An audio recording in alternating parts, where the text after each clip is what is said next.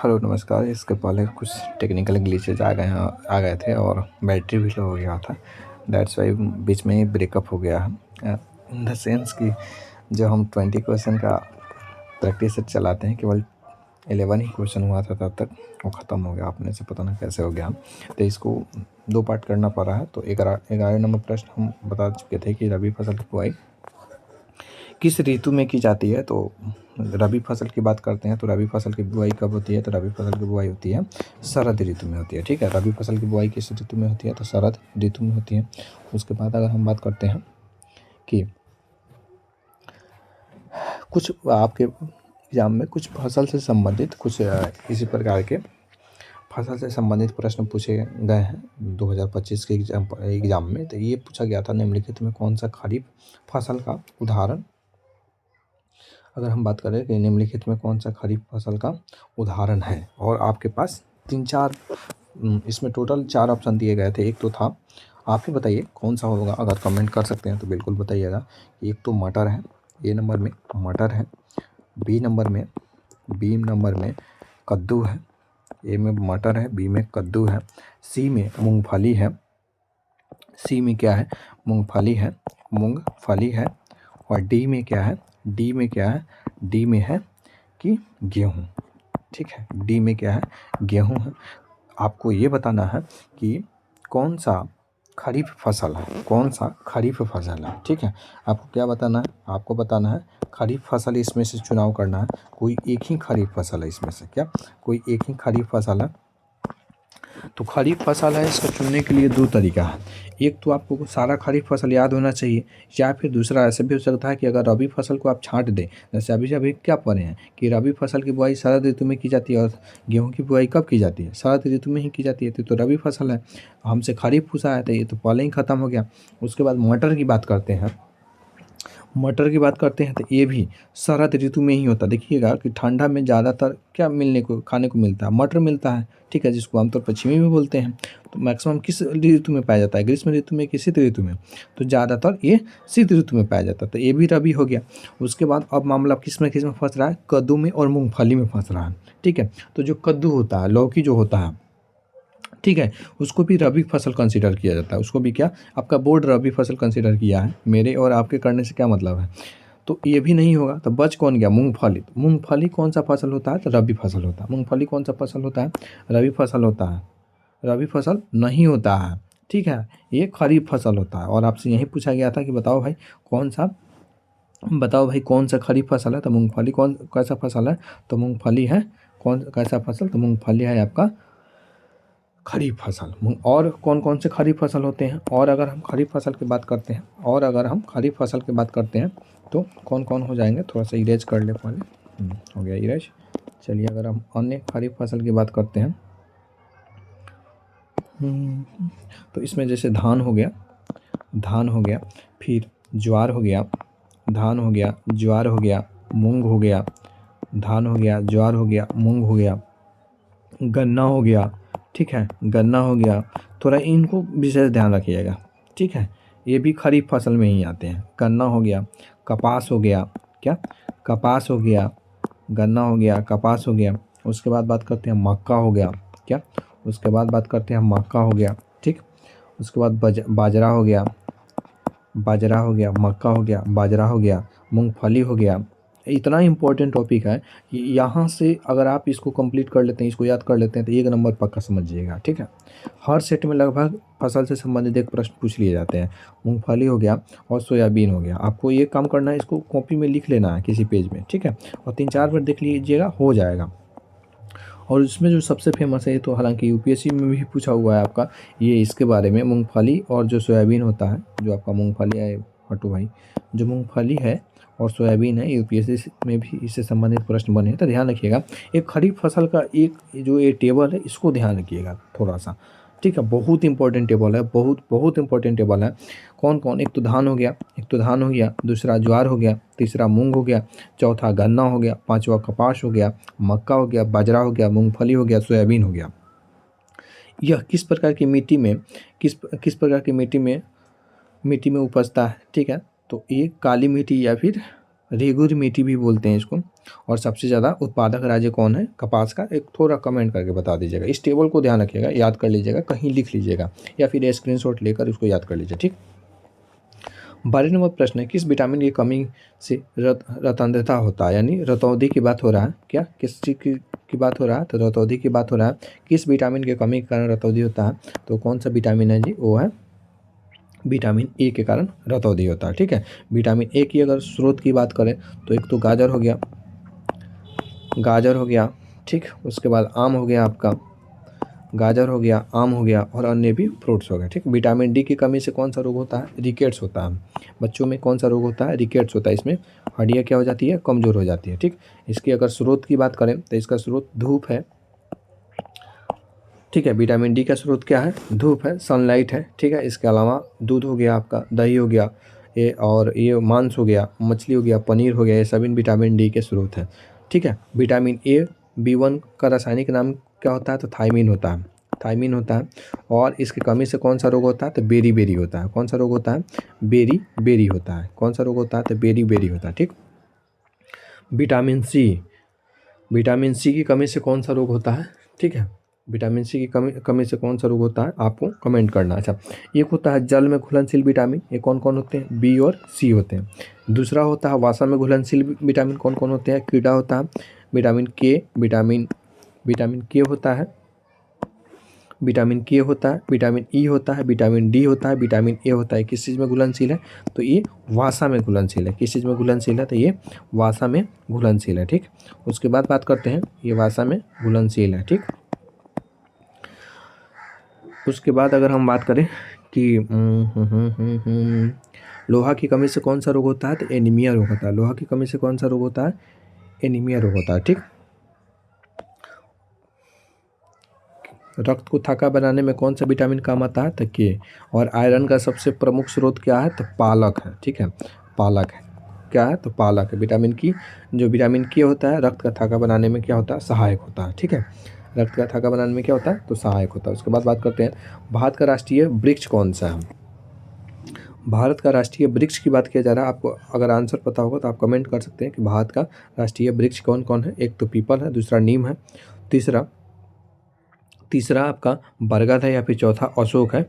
तो इसकी बात करते हैं तो भारत का राष्ट्रीय वृक्ष की बात करें तो ये बरगद है। भारत का राष्ट्रीय वृक्ष की बात करते हैं तो कौन सा, ये बरगद है, ठीक है।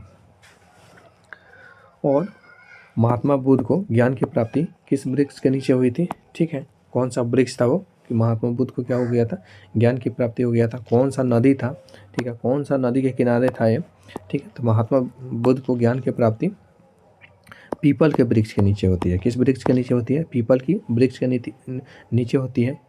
किस वर्ष में, तो 35 वर्ष उनकी आयु था, ठीक है। और कौन सा नदी था, तो कौन सा नदी था, तो फल्गु नदी था, ठीक है। कौन सा नदी था,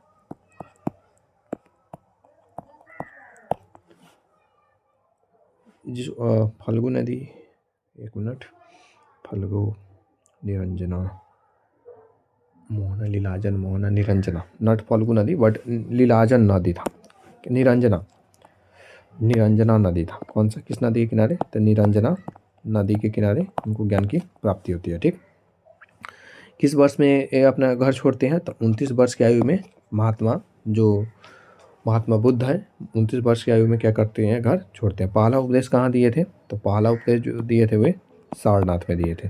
सर्वाधिक उपदेश कहाँ दिए थे, श्रावस्ती में दिए थे, श्रावस्ती में दिया था, ठीक।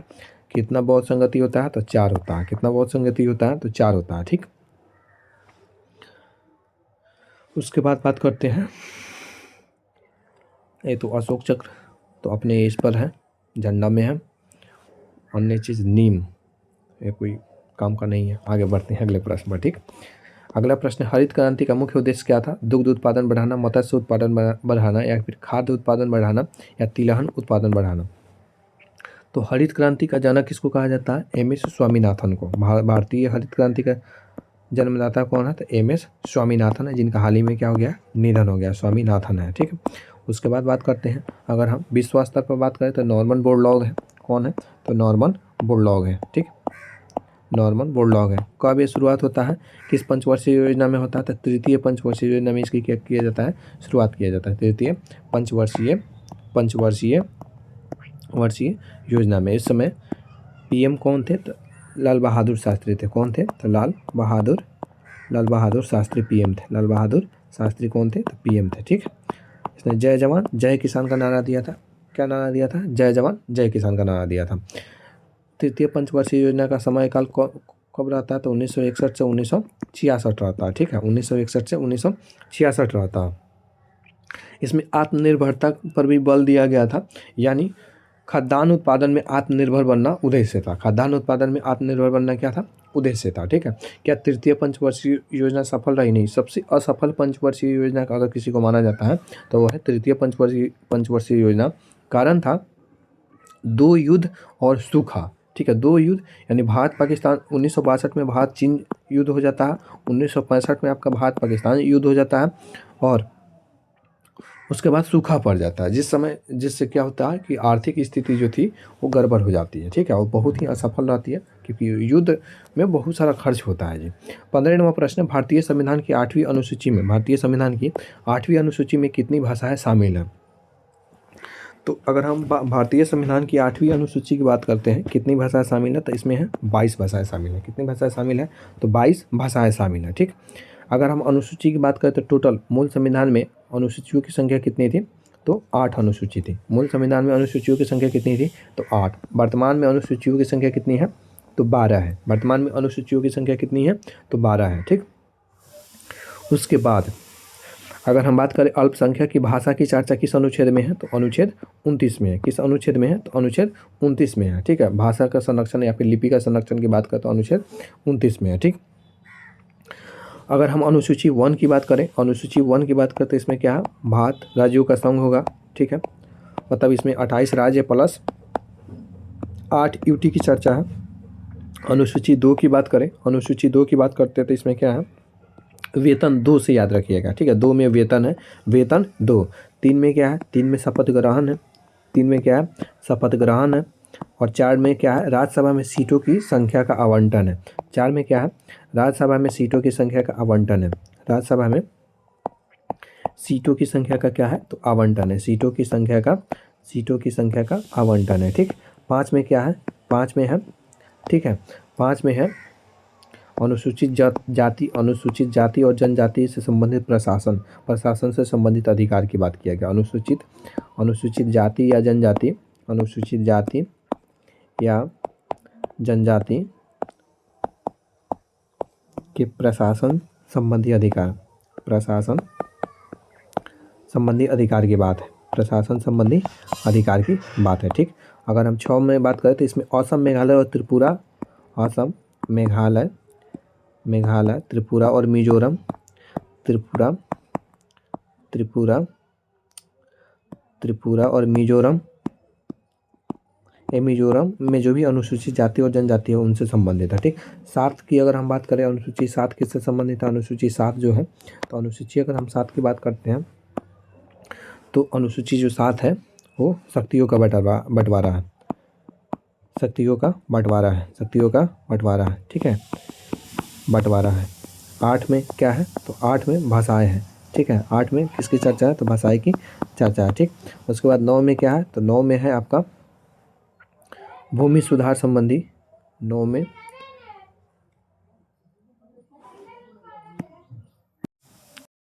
क्या है, 9 में क्या है, तो 9 में है भूमि सुधार संबंधी अधिनियम है। भूमि सुधार संबंधी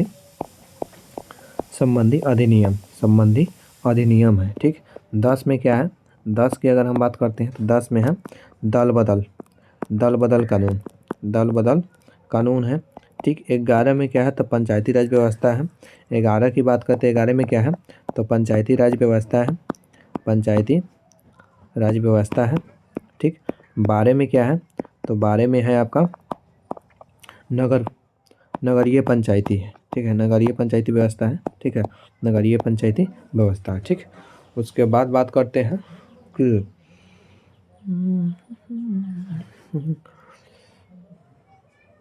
सिंधी को ये जो जोड़ा गया भाषा है, एक तो सिंधी है, दूसरा नमक है यानी नेपाली, नेपाली नेपाली मणिपुरी, नेपाली हो गया, मणिपुरी हो गया, म से मणिपुरी हो गया, चल का नहीं रहा है, म से मणिपुरी हो गया, ठीक है, म से मणिपुरी हो गया, और क से कोंकणी हो गया, क से कोंकणी हो गया, ठीक, क से कोंकणी हो गया, नेपाली हो गया, मणिपुरी हो गया, कोंकणी। सबसे पहले किस भाषा को जोड़ा गया? सिंधी भाषा को 21वीं संविधान संशोधन के द्वारा। उसके बाद 71वीं संविधान संशोधन द्वारा नमक को जोड़ा गया, यानी नेपाली को, मणिपुरी को और कोंकण को जोड़ा गया। और 92वें संविधान संशोधन के द्वारा, 92वें संविधान संशोधन के द्वारा जोड़ा जाता है किसको? 92वें संविधान संशोधन के द्वारा जोड़ा जाता है बदमाश को जोड़ा जाता है। किसको जोड़ा जाता है? तो वो जोड़ा जाता है बदमाश को जोड़ा जाता है, ठीक। कौन कौन बदमाश है भाई? तो 92वें संविधान संशोधन के द्वारा जोड़ा जाता है बदमाश को बोडो को जोड़ा जाता है। किसको जोड़ा जाता है? बोडो को जोड़ा जाता है, बोडो को जोड़ा जाता है, ठीक। उसके बाद डोगरी को जोड़ा जाता है, डोगरी को जोड़ा जाता है, मैथिली को जोड़ा जाता है, ठीक, मैथिली को जोड़ा जाता है, और फिर संथाली को जोड़ा जाता है। किसको जोड़ा जाता है? संथाली को जोड़ा जाता है। बोडो हो गया, डोगरी हो गया, मैथिली हो गया, संथाली हो गया। सबसे पहले किसको जोड़ा जाता है? सिंधी को जोड़ा जाता है। किस संविधान संशोधन द्वारा? 21। और उसके बाद 71वीं संविधान संशोधन के द्वारा, 71वीं संविधान संशोधन के द्वारा नमक के जोड़ा जाता है। नमक यानी नेपाली हो गया, नमक यानी नेपाली हो गया, मणिपुरी हो गया, कोंकणी हो गया, नेपाली हो गया, मणिपुरी हो गया, कोंकणी हो गया। फिर 21 और 71 जोड़ दीजिएगा तो 92 हो जाएगा, ठीक, यानी 92 हो जाएगा। 92 के द्वारा किसको जोड़ा जाता है? तो बदमाश को जोड़ा जाता है। बदमाश को जोड़ा जाता है, एक तो बोडो हो गया, दूसरा डोगरी हो गया, तीसरा मैथिली हो गया, और चौथा एस फोर संथाली हो गया, ठीक।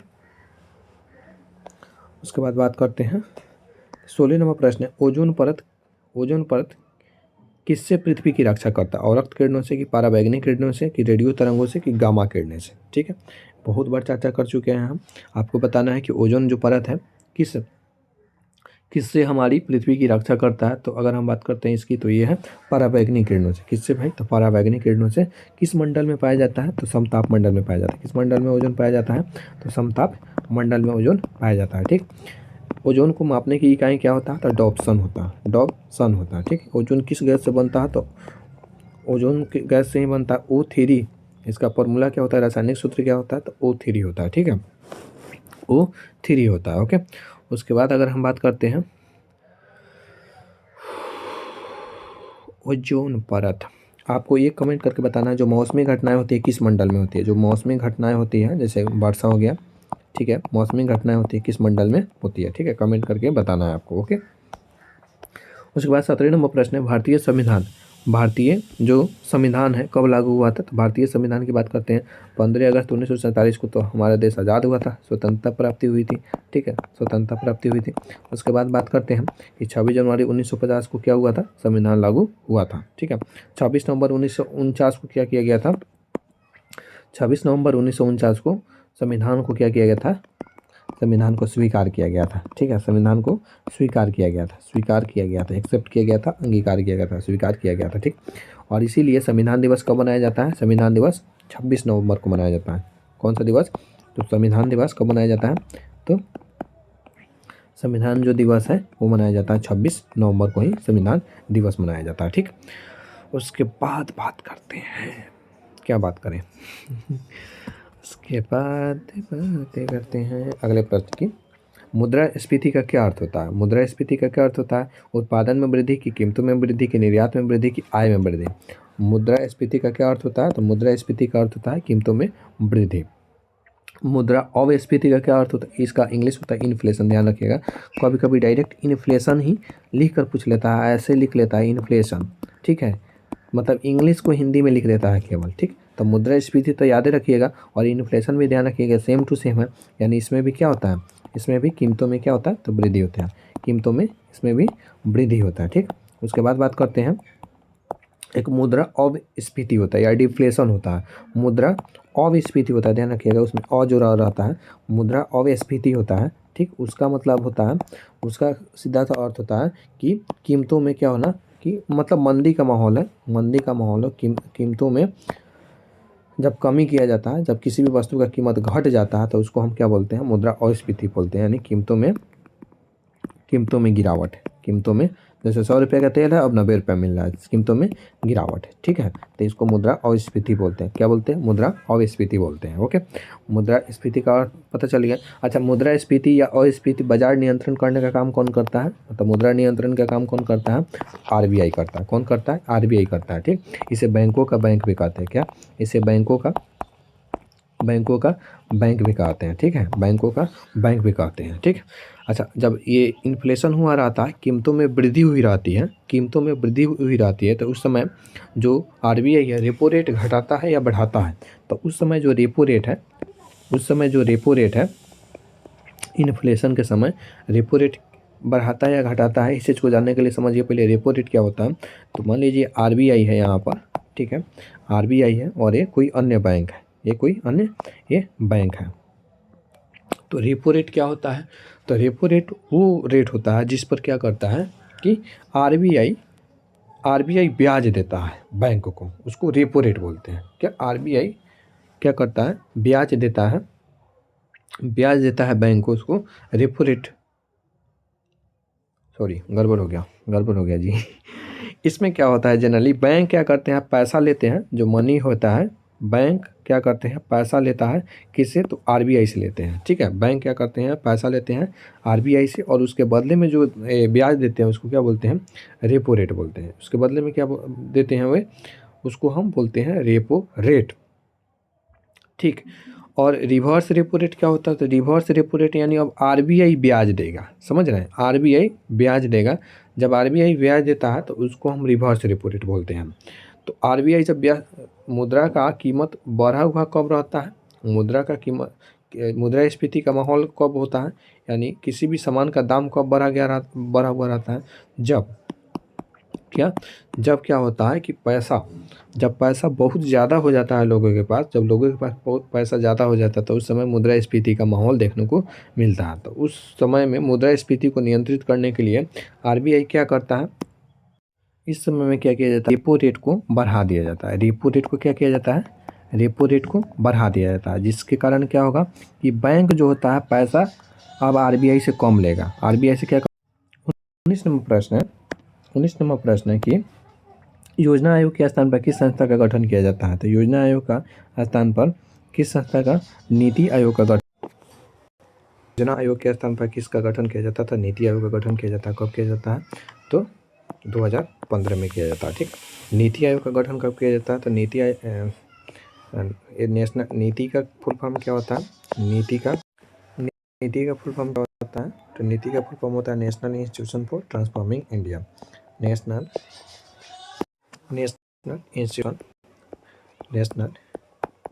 इंस्टीट्यूशन फॉर ट्रांसफॉर्मिंग इंडिया होता है। क्या होता है, नेशनल इंस्टीट्यूशन फॉर ट्रांसफॉर्मिंग